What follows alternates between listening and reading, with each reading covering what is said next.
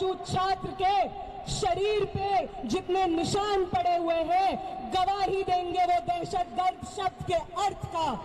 जो डिक्शनरी होती है उसमें जब दहशतगर्द लिखा जाएगा, दहशत लिखा जाएगा, डर लिखा जाएगा, हिंसा लिखा जाएगा तो दिल्ली पुलिस का नाम बार बार दर्ज किया जाएगा। हम याद रखेंगे कि आपने वो संसद जिसको हमारे वोट से चुने हुए प्रतिनिधि आबाद करते हैं, वो संसद जिससे ज्यादा पब्लिक मॉन्यूमेंट शायद इस देश में कोई ना हो, जब हम उस संसद के पास जाने की कोशिश करते हैं अपनी मांगों को लेकर के, आपने हमारे सर खोल के रख दिए। याद रखेंगे हम याद रखेंगे दिल्ली पुलिस के उन लोगों को जिन्होंने फीमेल प्रोटेस्टर्स के ऊपर उनके प्राइवेट पार्ट्स में पेटेंट्स घुसाने की कोशिश की। याद रखेंगे हम आपकी हिंसा को। हम याद रखेंगे कि आपको मालूम था कि साथी हमाद 23 दिन से भूख हड़ताल पे बैठे थे। आपको मालूम था कि उनकी किडनी में ब्लड क्लॉट्स जम गए थे, फिर भी आपने अपने डंडों का इस्तेमाल करके उनका बदन खोल दिया।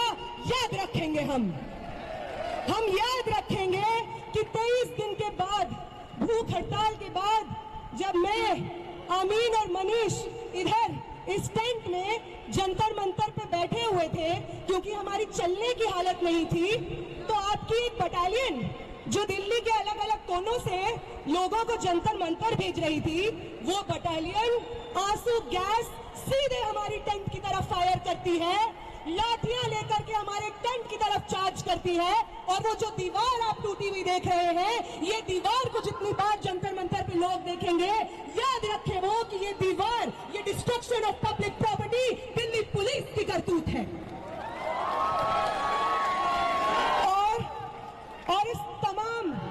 और इस तमाम हिंसा के बाद जो हमारे पास बची कुची जान होगी, वादा करते हैं दिल्ली पुलिस आपसे, वादा करते हैं कमिश्नर ऑफ पुलिस, वादा करते हैं आपसे प्रधानमंत्री जी, वादा करते हैं होम मिनिस्टर, वादा करते हैं धर्मेंद्र प्रधान कि जो बची हुई जान आपने छोड़ी है हमारे अंदर, वो आपकी सबसे बड़ी गलती है। आपसे बहुत गलती हो गई है कि आपने विटनेसेस को छोड़ दिया जो गवाही देंगे आने वाली जनरेशंस को आपकी हिंसा का। और जब भी आपकी हिंसा लिखी जाएगी, उसके बगल में दिल्ली में मौजूद 4 से 5 लाख छात्रों का अदम्य साहस लिखा जाएगा। ये भी याद रखेंगे हम।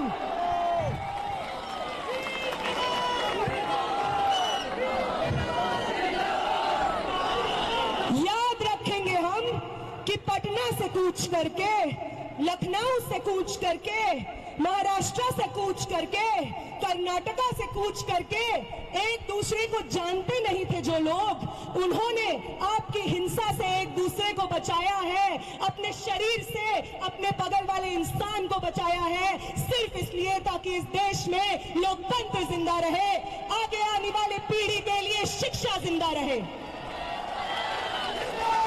और अगर आपको उदाहरण ही चाहिए कि कौन इंस्पायर करता है हमें, तो अभी देते हैं आपको उदाहरण। वो सावित्री माई, वो फातिमा शेख जिन्होंने पूरे समाज की तोहमतें झेली, पत्थर अपने बदन पे झेले, गोबर अपने बदन पे झेला, सिर्फ इसलिए क्योंकि वो चाहती थी कि इस देश की महिलाएं, इस देश की पिछड़ी जाति से आने वाले लोग शिक्षा हासिल कर सके। तो उनसे इंस्पिरेशन मिलती है हमें। हम उनसे ये सीखते हैं कि अपने पब्लिक कॉस्ट को पे करके हमें आगे आने वाली जनरेशंस का भविष्य इंश्योर कराना है। वो इंस्पायर करती है हमें। अंबेडकर इंस्पायर करते हैं हमें। वो हमें इंस्पायर करते हैं कि अपनी पूरी जिंदगी बिना रुके, बिना थके, समाज की तमाम तोहमतें, आइसोलेशन झेलते हुए किस तरीके से अपने आगे आने वाली पीढ़ी के लिए एक बेहतर समाज बनाया जाता है। अंबेडकर से प्रेरणा लेते हैं हम, भगत सिंह से प्रेरणा लेते हैं हम। वो 23 साल का स्टूडेंट, आप में से कितने लोग 23 साल के स्टूडेंट हैं? 21 साल के, 22 साल के। भगत सिंह बनते हैं 23 साल की उम्र में।